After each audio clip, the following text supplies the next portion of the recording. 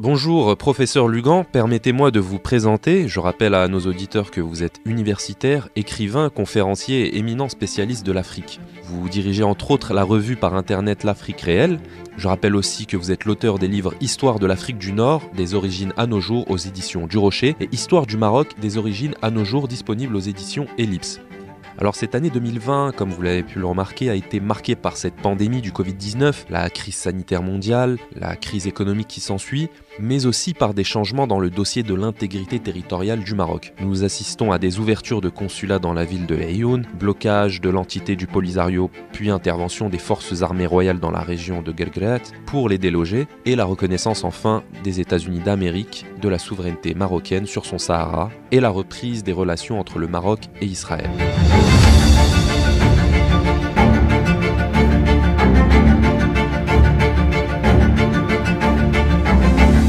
Première question, professeur Lugan. Comment avez-vous accueilli ce tweet du président Donald Trump annonçant la reconnaissance américaine sur le Sahara marocain 243 ans après celle du Maroc envers son pays en 1777 ? Un clin d'œil à l'histoire qui nous rappelle que le royaume était déjà structuré en tant qu'État et entité politique à cette époque, dans une région dominée principalement par l'Empire ottoman. Là, votre référence historique est excellente parce qu'effectivement, il ne faut pas oublier qu'un des premiers traités internationaux passés par les États-Unis, c'est avec le Maroc.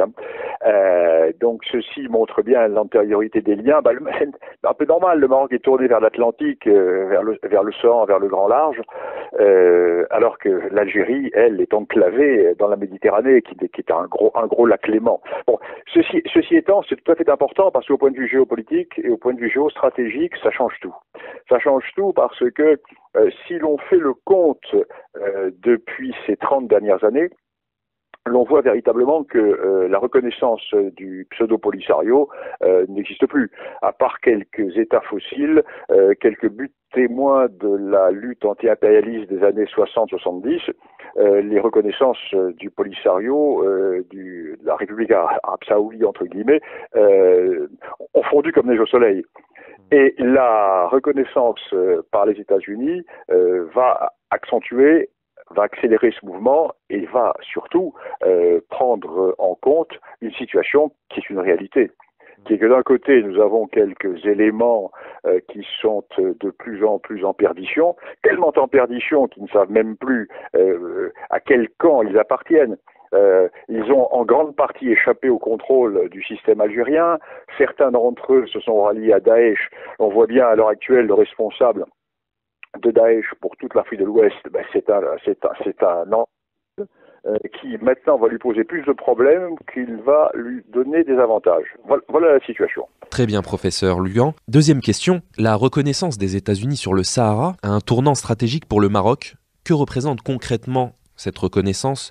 Peut-on parler d'une exception marocaine d'un point de vue diplomatique et historique? Totalement, parce que jusqu'à présent, les États-Unis, on va voir ce que va faire l'administration Biden, mais jusqu'à présent, les États-Unis, par le système des négociations, par les représentants spéciaux, etc., essayaient d'avoir une vision qui était un petit peu, j'allais dire, neutre. Là, maintenant, c'est très clair. Les États-Unis prennent en conséquence, prennent en situation une réalité qui est très claire. La réalité historique, nous y reviendrons tout à l'heure, mais la réalité politique d'aujourd'hui, c'est que le Sahara marocain, le Sahara occidental est marocain. On ne peut pas le nier. Et si vous voulez, les États-Unis, en faisant cela, ont pris en compte, si vous voulez, une réelle politique. Nous sommes face à une réelle politique. Le reste sont dénués, vous comprenez. Regardez qui sont les derniers pays qui reconnaissent cette République arabe saoudite dite démocratique. Ce sont tous des pays qui sont les héritiers de l'ancien bloc soviétique. Les derniers pays fossiles qui n'ont pas encore compris que le monde avait changé.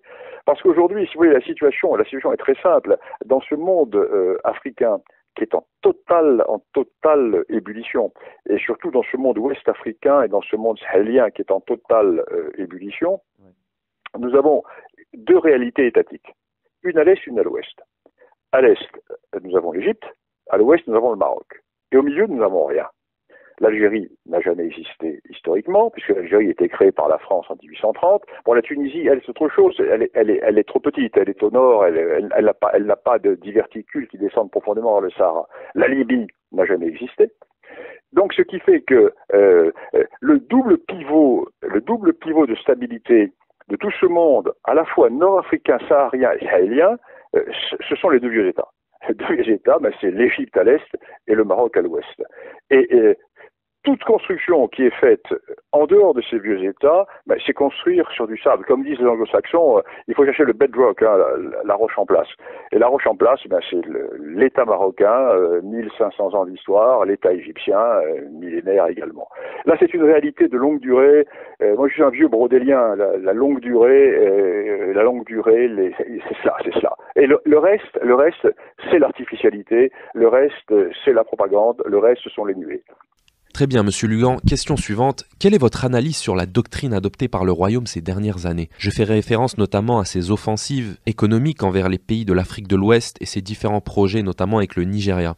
Oui, bon. Alors déjà, le problème algérien, c'est que pour combien de temps les Algériens vont-ils encore avoir du gaz et du pétrole? Ça, c'est un autre problème, avec l'épuisement des nappes qui est de plus en plus important. Alors, je vais laisser de côté le côté du pétrole avec le Nigeria pour m'attacher, moi, en tant qu'historien, davantage à la longue durée historique. Le Maroc, le roi Hassan II le disait bien, le Maroc, c'est un arbre dont les racines se situent vers le Sénégal et dont le feuillage est agité au nord de la Méditerranée. L'image est très belle.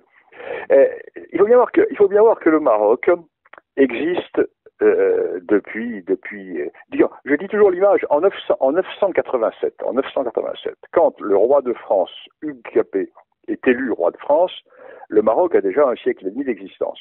Donc nous sommes dans un vieil État qui va avoir des hauts et des bas, qui va avoir des dynasties différentes, mais la continuité étatique va toujours être là.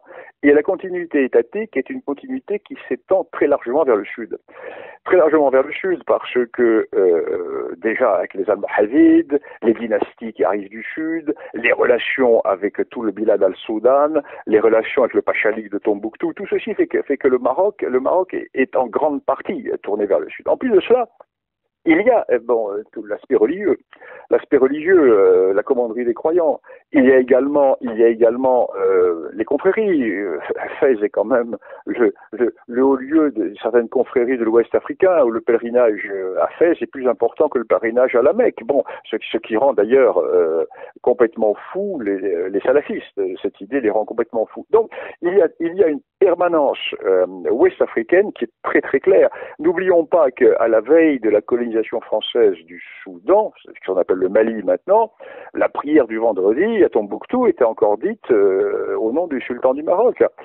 Donc nous avons là une réalité qui est absolument incontournable. Et cette réalité incontournable fait que le Maroc a réussi à jouer d'une manière très fine, politiquement depuis quelques dizaines d'années, de ces vieilles solidarités, ce qui fait qu'aujourd'hui le Maroc a une place excessivement importante dans le monde ouest africain. Lorsque vous allez au Sénégal, lorsque vous allez dans ces pays, le roi du Maroc est considéré comme un grand, plus qu'un grand frère, disons comme un oncle protecteur. Bien, Monsieur Lugan.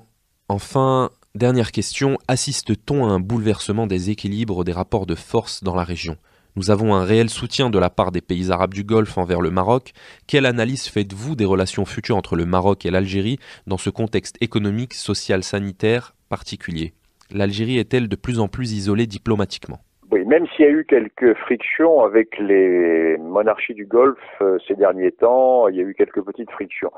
Quand le Maroc n'a pas voulu s'engager totalement dans les affaires du Yémen, etc. Bon, mais c'est un détail. Oui, en fait, ce qui est intéressant, c'est que nous avons plusieurs éléments. Vous avez bien posé le problème avec... le Maroc est un pays à l'origine berbère, c'est très clair. Mais la monarchie marocaine à l'heure actuelle est une monarchie d'origine arabe, même si cette monarchie est largement métissée, parce que les rois du Maroc ont épousé des femmes berbères, etc. Donc il y a, si vous voulez, il y a bien sûr une tradition. Il y a également une comment dirais-je, une sorte d'alliance qui ne dit pas son nom entre les monarchies. Mais il y a peut-être autre chose, autre chose d'important, c'est qu'il y a, si vous le voulez, la grande opposition entre les grandes alliances. Les grandes alliances qui d'un côté sont des alliances, j'allais dire, chiites ou frères musulmanes, et de l'autre côté, comment dirais-je, un autre système politique qui se trouve autour de l'Arabie Saoudite, qui se trouve autour des Émirats Arabes Unis, etc., où l'on retrouve l'Égypte, où l'on retrouve les grands camps qui aujourd'hui, par exemple, dans la conflictualité en Méditerranée orientale, l'on retrouve d'un côté la Turquie, et de l'autre côté, on va retrouver l'Égypte, on va retrouver l'Arabie Saoudite, on va retrouver les Émirats, etc. Donc, il y a un jeu de bascule géopolitique qui est en train de se faire au sein du monde sunnite, qui fait que il y a des grandes, les marxistes auraient dit des lignes de force. Moi, je suis plutôt, comment dirais-je, un benvilien, je dirais plutôt des grandes constantes historiques qui font que ceci explique cela. Alors, pour en revenir à l'Algérie, l'Algérie a très mal joué. A très très mal joué. D'abord, l'Algérie est très mal placée géographiquement. Enfin, la géographie commande l'histoire. L'Algérie, si vous prenez une carte, l'Algérie est coincée dans la Méditerranée. Il suffit de mettre 10 mines dans le détroit de Gibraltar et plus rien ne sort de la Méditerranée. L'Algérie, c'est une mer Noire, c'est une mer Caspienne, c'est le lac Léman, la Méditerranée. Le Maroc a 2000 kilomètres qui partent de Tanger et qui arrivent en Mauritanie. Donc le Maroc est complètement tourné vers le grand large. Alors le Maroc n'a pas les richesses naturelles de l'Algérie, certes, mais il a l'ouverture sur le grand large. L'Algérie a des richesses naturelles, pétrole et gaz, mais qui s'épuisent, mais l'Algérie est épuisée. Ses réserves s'épuisent. Et l'Algérie est coincée dans ce monde.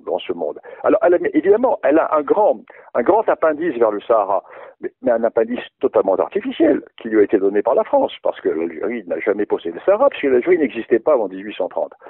Donc, l'Algérie a une position qui est assez difficile. En plus de cela, l'Algérie est rentrée depuis 15 ans, 10 ans, disons, dans un problème de succession avec les maladies de Bouteflika.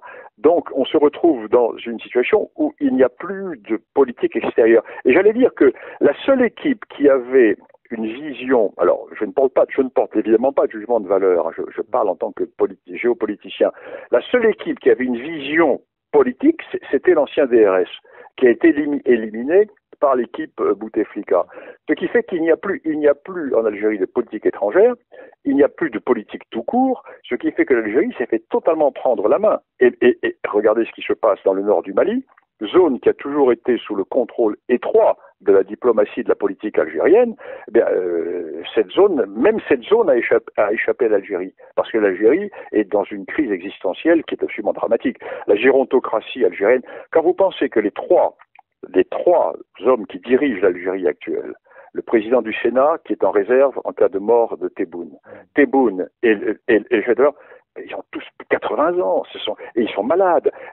Il y a, quand vous pensez qu'au Maroc, imaginons que demain, par malheur, le roi meurt, son fils a 18 ans, pleine jeunesse, en pleine santé, qui est là. Il y a la relève. En Algérie, il n'y a pas de relève. Il n'y a pas de relève parce que la gérontocratie sur un pays jeune, la gérontocratie algérienne a totalement étouffé, si vous voulez, le chibanisme est à un niveau tel que je vois mal. Il faut une révolution en Algérie. Alors cette révolution qui va arriver d'ailleurs, mais parce que ceci bloque complètement toute la politique maghrébine et toute la politique méditerranéenne. Professeur Lugan, je vous remercie pour cet entretien exclusif accordé au 360. Je rappelle à nos auditeurs que vous êtes universitaire, écrivain, conférencier et éminent spécialiste de l'Afrique. À bientôt.